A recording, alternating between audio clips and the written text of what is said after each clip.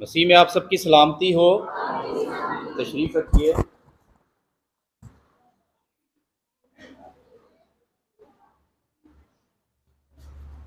कुछ वक्त के लिए हम बड़ी संजीदगी के साथ खुदा के कलाम की तरफ तवज्जो देंगे, क्योंकि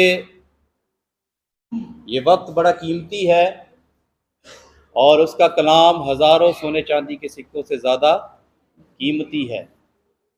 और मेरी खुशकिस्मती कि खुदावंद ने ऐसा मौका दिया कि मैं आपके साथ उस कलाम को शेयर कर सकूं जो उसने सलीब पर आखिरी वक्त में किए।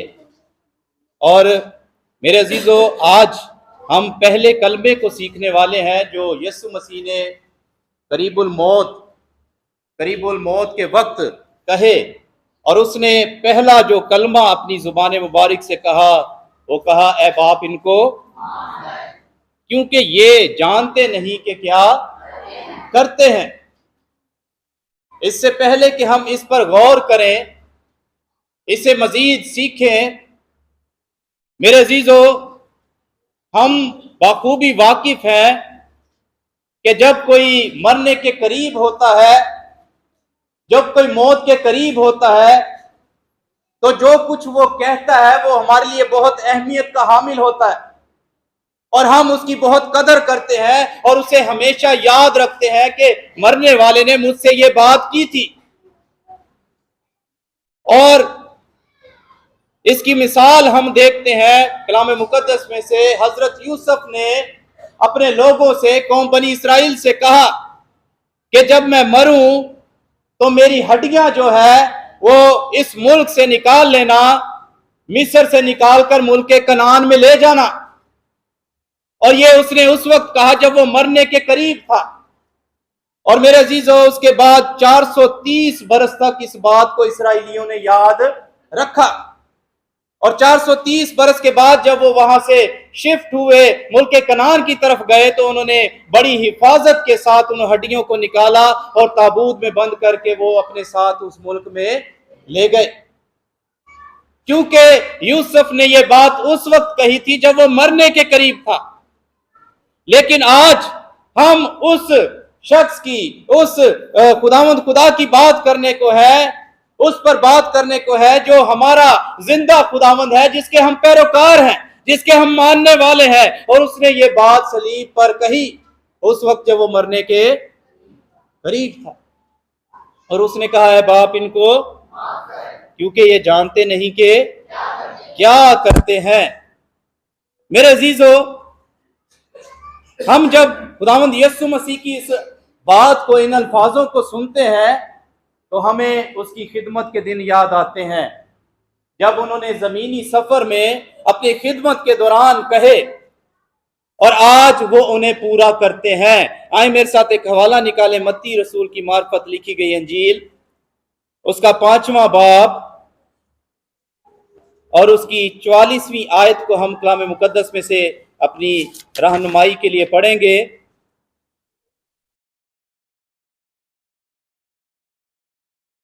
मत्ती 5 बाब उसकी 44 आयत में कुछ यूं लिखा है, लेकिन मैं तुमसे ये कहता हूं कि अपने दुश्मनों से मोहब्बत रखो और अपने सताने वालों के लिए दुआ करो।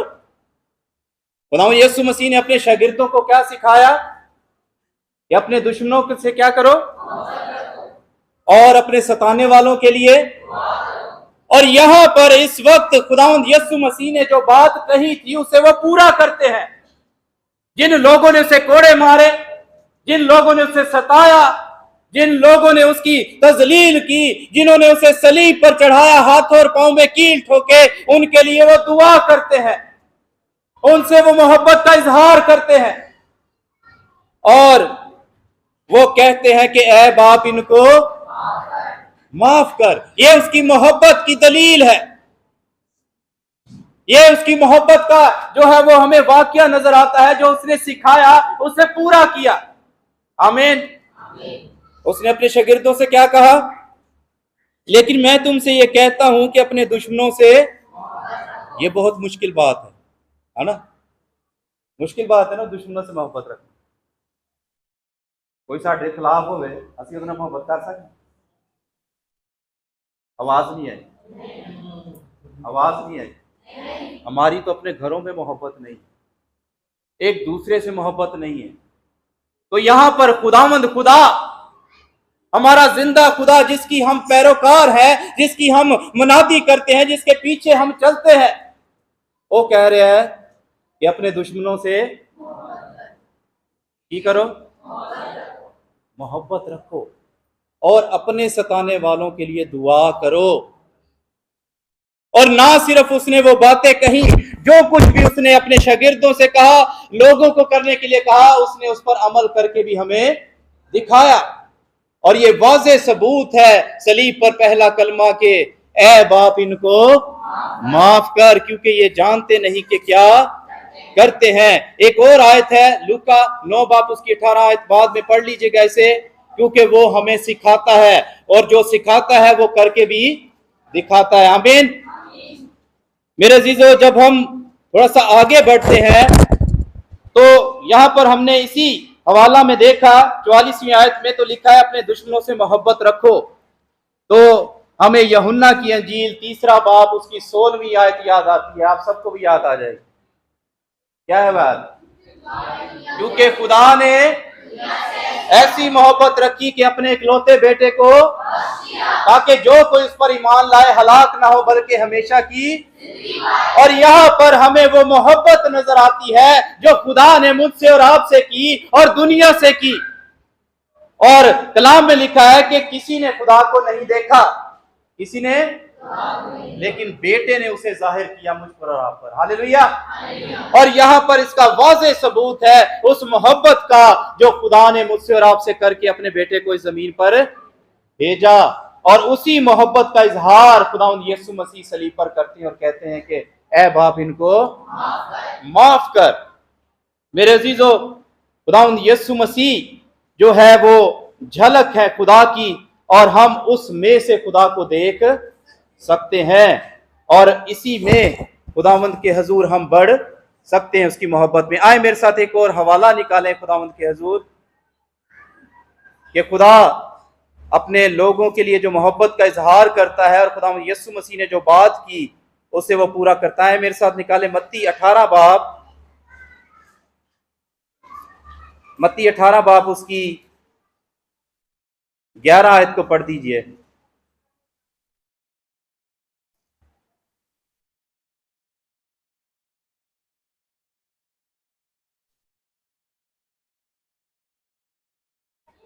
जी पढ़ दीजिए। क्योंकि इब्ने आदम खोए हुओं को ढूंढने और नजात देने, इन्हें ढूंढने, खोए हुओं को। और खुदा यीशु मसीह ने कहा कि ये नहीं जानते कि क्या, इसका मतलब है वो खोए हुए थे। और खुदावंद खुदा ने कहा कि मैं खोए हुओं को ढूंढने और नजात देने आया हूं।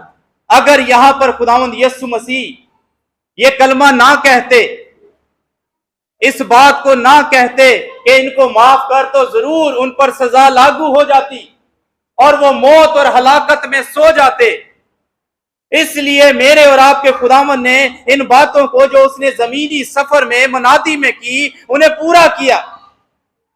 और फिर हम कलाम मुकद्दस में इस बात को भी पढ़ चुके हैं कि इब्ने आदम खोए हुओं को ढूंढने और नजात देने आया है।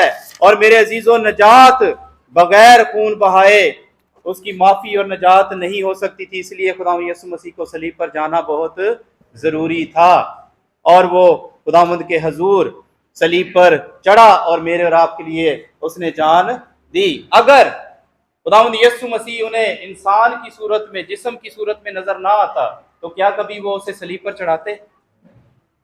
आवाज नहीं आई। कभी नहीं, कभी भी ऐसा ना होता कि वो उसको सलीब पर चढ़ाते। लेकिन ऐसा होना जरूरी था कि हम सब की नजात का जो काम है, जो मकसद है खुदा का, वो पूरा हो, और उसी से फिर हमारी माफी भी हो। आए मेरे सीजो, थोड़ा सा आगे बढ़ते हैं कलाम मुकद्दस में। खुदावंद यीशु मसीह ने माफी की दरख्वास्त करते वक्त यीशु मसीह ने एक दलील दी कि ये नहीं जानते कि क्या करते हैं। ये नहीं जानते कि क्या वो नहीं जानते थे? आवाज नहीं आ रही, मेरे साथ रहना सीखना हमने मिलकर। नहीं जानते थे वो कि क्या कर रहे हैं। बेशक वो नहीं जानते थे कि वो क्या कर रहे हैं, और इसका वाज़ेह सबूत हमें कलाम मुकद्दस में मिलता है। उन्होंने जो इल्जाम लगाए, उन्होंने कहा यह कहता है कि मकदस को मैं गिरा दो, मैं 3 दिन में फिर इसे खड़ा कर दूंगा। और वो हैकल की बात नहीं कर रहा था, बल्कि अपने आप की बात कर रहा था। किसकी बात कर रहा था? और फिर वो कहते हैं कि ये अपने आप को खुदा का बेटा कहता है। ये अपने आप को, और वो इस बात से भी ना वाकिफ थे कि हम किसको सलीब पर चढ़ा रहे हैं। और फिर तीसरी बात जो कहते हैं वो उनके लिए थी कि यहूदी कहानत और तौर तरीके जो वो अपनाए हुए थे, उनके लिए वो तनकीद का बायस बना। और उनको वो कहता था कि ये गलत है, ये तरीकाकार गलत है। वो सब्बत को कहता है कि सब्बत मैंने ही बनाया है, सब्बत के दिन तुम ये काम करते हो और ये काम नहीं हो सकते। ये तमाम इल्जाम इन्होंने लगाए क्योंकि वो इनसे नावाकिफ थे कि जो हमारे पास आया है वो कौन है, जिसको हम मसलूब कर रहे हैं वो कौन है, और जो कहता है मैं खुदा का बेटा हूं वो कौन है। इससे वो नावाकिफ थे। पिलातूस ने जब उसे सलीब पर चढ़ाया तो उसने कहा यकीनन ये आदमी क्या है? रास्तबाज है। हाँ जी, इसमें कोई गुनाह नहीं पाता, लेकिन वो इससे ना वाकिफ था कि ये खुदा का बेटा है। और मेरे अजीजों, इसीलिए मेरे और आपके खुदावंद ने कहा कि ये नहीं जानते कि क्या करते हैं, और यही वो मोहब्बत और माफी है जो मेरे और आपके लिए और उन लोगों के लिए थी। आमीन, हालेलुया। आए थोड़ा सा कलाम मुकद्दस में और आगे बढ़ते हुए मजीद थोड़ा सा इसे सीखते हैं। और खुदावंद यीशु मसीह की जो तालीम थी इस दुनिया में, जब उन्होंने अपनी तालीम का आगाज किया तो वो नजर आता है हमें तबरियास की झील पर उस औरत के गुनाहों को माफ करना, और बहुत सी जगहों पर उसने खुदा के हुजूर बहुत से लोगों के सामने बहुत से लोगों के गुनाह को माफ किया। और इससे बढ़कर हम देखते हैं खुदा के हुजूर कि उसने अपनी मोहब्बत को बहुत से लोगों पर जाहिर किया, अपने तर्स को बहुत से लोगों पर जाहिर किया। जब वो औरत जो जना के वक्त पकड़ी गई, लोग उसे मारने के लिए पत्थर उठाकर आए, तो वो खुदावंद यीशु मसीह के कदमों में आई, और फिर खुदावंद यीशु मसीह ने उसके लिए मोहब्बत का इजहार किया और फिर माफी भी उसे दी। उसने कहा क्या किसी ने तुझ पर इल्जाम नहीं लगाया? उसने कहा किसी ने नहीं। तो उसने कहा जा सलामत चली जा, मैं भी तुझ पर इल्जाम नहीं लगाता। और वो मोहब्बत का इजहार उसने इस जमीन पर हमें करके दिखाया। और इस वक्त उस सलीब पर जहां दुख है, मुसीबत है और रंज है और ऐसी वो करब में गुजर रहा है, वहां पर भी उस मोहब्बत का इजहार मुझसे और आपसे और उन लोगों से करता है। मेरे अजीजों, हमें खुदा के कलाम में से जो बातें सीखने को मिलती हैं वो इसलिए है कि हम उस पर अमल करें। जो उसने किया वो हमें करने के लिए कहा, और इसकी मिसाल हमें कलाम मुकद्दस में से मिलती है। अमाल की किताब निकाल लीजिए मेरे साथ, उसका 7वां बाब, रसूलों के अमाल में 7वां बाब और उसकी 60 आयत को कलाम मुकद्दस में से हम पढ़ेंगे कि जो उसमें शामिल हो जाते हैं, जो उसके पैरोकार हो जाते हैं, उनकी जिंदगी में क्या होता है।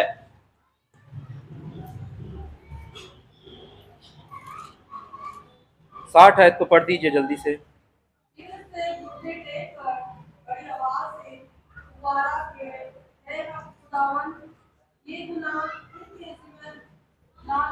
यहां पर स्तिफनस एक खुदावंद का शागिर्द है जो उसकी मनादी करता है, और लोग जब उसे संसार कर रहे हैं उसके नाम की खातिर, उसकी मनादी की खातिर, तो वो कहता है, फिर उसने घुटने टेक कर बड़ी आवाज से पुकारा कि ऐ खुदावंद ये गुनाह इनके जिम्मे ना लगा, और ये कहकर सो गया। जो उसमें शामिल हो जाते हैं, जो उसमें जिंदगी गुजारना शुरू करते हैं और जो उसे अपना लेते हैं, उनके अंदर मसीह यीशु की वो मोहब्बत आ जाती है। और वो मोहब्बत यहां पर हमें स्तिफनस के जरिए नजर आती है कि लोग उसे पत्थर मार रहे हैं, लोग उसको संसार कर रहे हैं, लोग उसको खुदावंद की नाम की खातिर जो है मौत के हवाला कर रहे हैं। और वो कहते हैं कि वो कहता है पुकार के, है खुदावंद ये गुनाह इनके जिम्मे, ये गुनाह इनके जिम्मे। और मेरा और आपका यीशु क्या कहता है? बाप इनको, हालेलुया।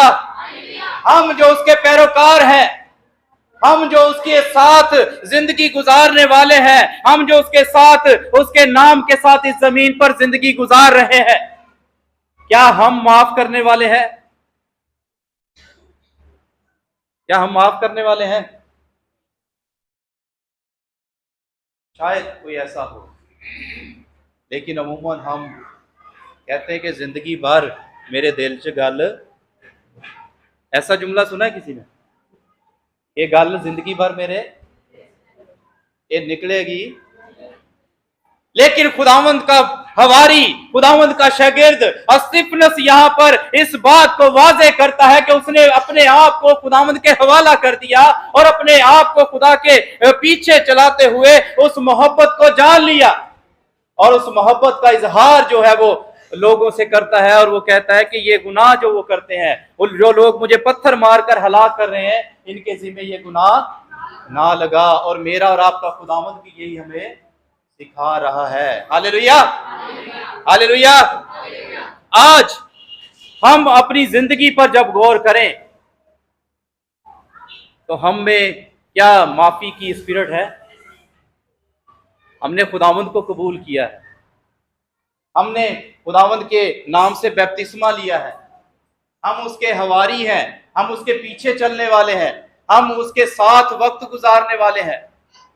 और बड़े दावे से हम ये कहते हैं कि असी उहदे बेटे थे, है ना? आवाज नहीं आई। लेकिन जितनों ने उसने उन्हें, तो क्या हमने इस मोहब्बत को अपनी जिंदगी में लिया जो मसीह ने सलीब पर मुझे और आपको सिखाई? क्योंकि हमने शुरू में देखा कि यूसुफ ने जो बात कही मरते वक्त, 430 बरस तक इसराइलियों ने उस बात को याद रखा कि मेरी हड्डियां जो है इस मुल्क में ना रहने देना।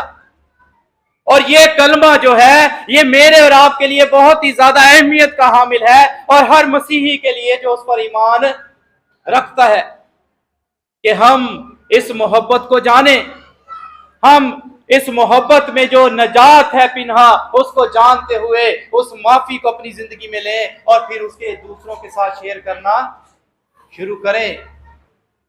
और जब हम ऐसा करेंगे तो हम हकीकी उसके पैरोकार बन जाएंगे।